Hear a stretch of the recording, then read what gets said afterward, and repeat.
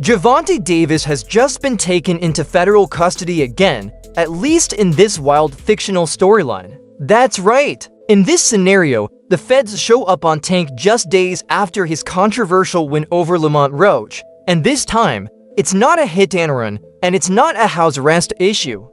This situation goes way deeper. We're talking bribery, match fixing, and an alleged secret arrangement involving none other than referee Steve Willis. Some stuff that he think I don't know about. He think he got one up on me, I don't know. He think he got a mole somewhere. I told him. This imagined world, the rumor mill is going crazy, and Davis is staring down a serious legal crisis with prison time on the line. And all of it centers around the 9th round of that fight. If any of this were real, it wouldn't just hurt his legacy, it could destroy his career completely.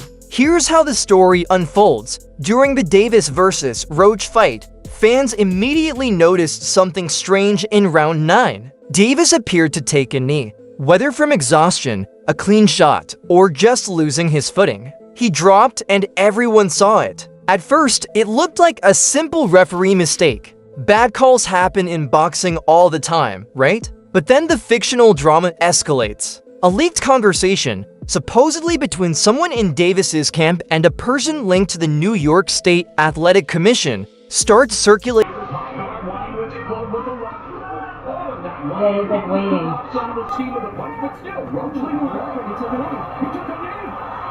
What happened? What is he doing?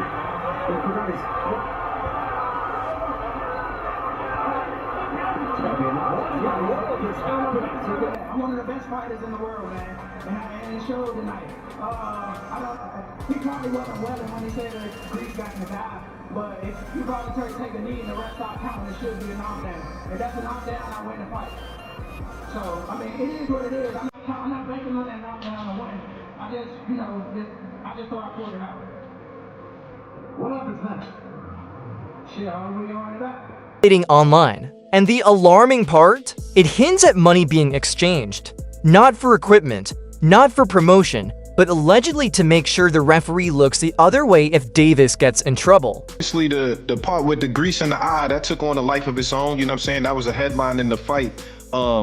One is, what did you think when he said that initially, just like the grease in the eye? But two is like, when you was in the fight, was there any point that you saw that? Like, did you see like him kind of messing with his eye, or did you have any indication that that was something that was bothering him? No, see, and that's the thing. If you look at the whole fight, he was never bothering his eyes before you jabbed him. Before I jabbed him. Even that right hand that, like, you know what I'm saying, that kind of landed, he kind of rolled with it. But after that, you could see him wipe his eye. And then, right after I hit him with the jab, you can see him wipe his other eye. So it's like, it was corresponding to which hand that I punched him with and exactly which eye. So it's like crazy for him to say, it's grease in my eye. And I think even when he say that, you could see me, because I'm right beside him, you could see me like, nigga, what you talking about?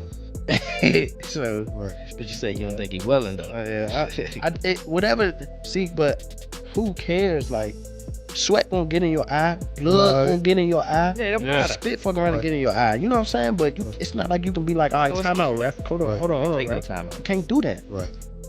Would you be cool with Steve Willis doing the next fight? Hell no. He can't do the next fight. No, he can't do the next fight. Right. No. Pops is a no? Hell no. Yeah, fuck that nigga. Yeah. You know how many Coach Ben on him, man. He lucky he ain't running Coach Ben after that fight. But look how many times he fucked the fight up though. Right. The knee, him going to the corner to get assistance, like, who knows? Not saying that they did any cheating shit or nothing like that. But like, he wiped his face with a towel. You can't do that. Right. You can't do none of that. Right. That's a disqualification. You turned your back on the ref after you took a knee. Usually the ref will be like, all right, he don't want to fight no more. Fight's off. That's when fans drag Steve Willis's name into the spotlight, who in this storyline suddenly disappears from the media altogether. No comments, no interviews, complete silence since fight night. In this fictional world, both the NYSAC and WBC release vague statements. NYSAC puts out a carefully crafted message saying they're reviewing round. He didn't get hit with a punch. He didn't turn his back like he wanted to quit. It's just like when you get a thumb in the eye, it's a pop. He did turn his eye. He did turn his back. He Yeah, ran but he the didn't turn corner. his back like he was going to quit. Like you've seen Yeah. some guys turn him. He obviously mentioned that he had something in his eye, and it wasn't from a punch. It wasn't. It was time in between the shots. I think that by the time he wanted that, or he took a knee. But I think in the rules it states that you're allowed to do that. If you go back and you read some of the rules, I know a lot of people are complaining about it, but I think it was upheld in New York that it was okay for him to do that. I think part of the rules state that it was okay. As a coach on the other side, I would have. Yeah. Of course, right? Of course. Throwing a fit, man. 9. And evaluating referee conduct. Translation? Something isn't adding up. Meanwhile, the WBC announces an independent review of the officiating in Davis versus Roach, specifically looking at potential ethical concerns. In this type of storyline, that only happens when things look suspicious. Now Davis, a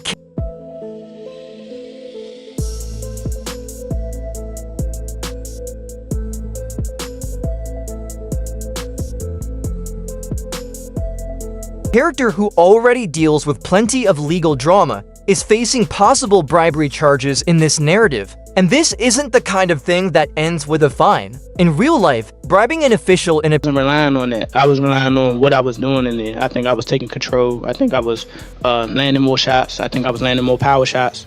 And I thought I was doing my thing. So I'm not really that frustrated about that. The second time around, he gonna come guns blazing.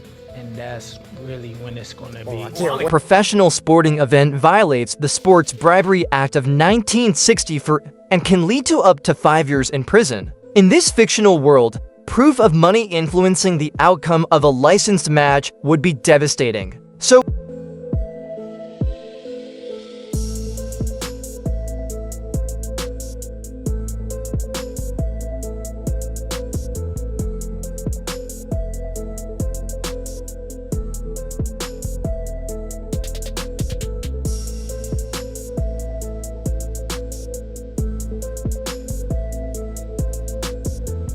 in this imagined universe, Davis may have left the ring with a win over Lamont Roach, but behind the scenes, he could be facing the biggest loss of his life. I told y'all in every single interview, this whole press run, when the fight got announced, I put belt to ass, and you can see that's what I do. Lamont, you threw more punches and you landed more punches than Tank. How were you able to do this tonight? What I just tell you, I'm him. I'm telling you that. I'm one of the best fighters in the world, man. And it showed tonight.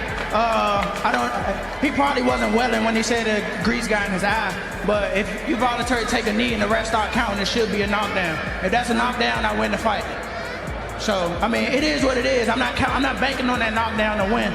I just thought I pulled it out. What happens next? Shit, I hope we can run it back. I want to run it back for sure. I hope y'all enjoyed yourself. And, thanks for coming out. Thanks for supporting me. Thanks for loving me. Thanks for hating me. I'll be right back on this same very stage again, like I belong. Congratulations, Lamont. A breakthrough performance. Really game out there. Thank you. Let's send it back to ringside and more Ronaldo. One no amount of punching power can fix. What do you think of this fictional twist? Would the fight be rigged in this kind of story? Is Davis the villain, or is it all hype gone wild? Like, subscribe, and let us know your thoughts. I'll catch you in the next one.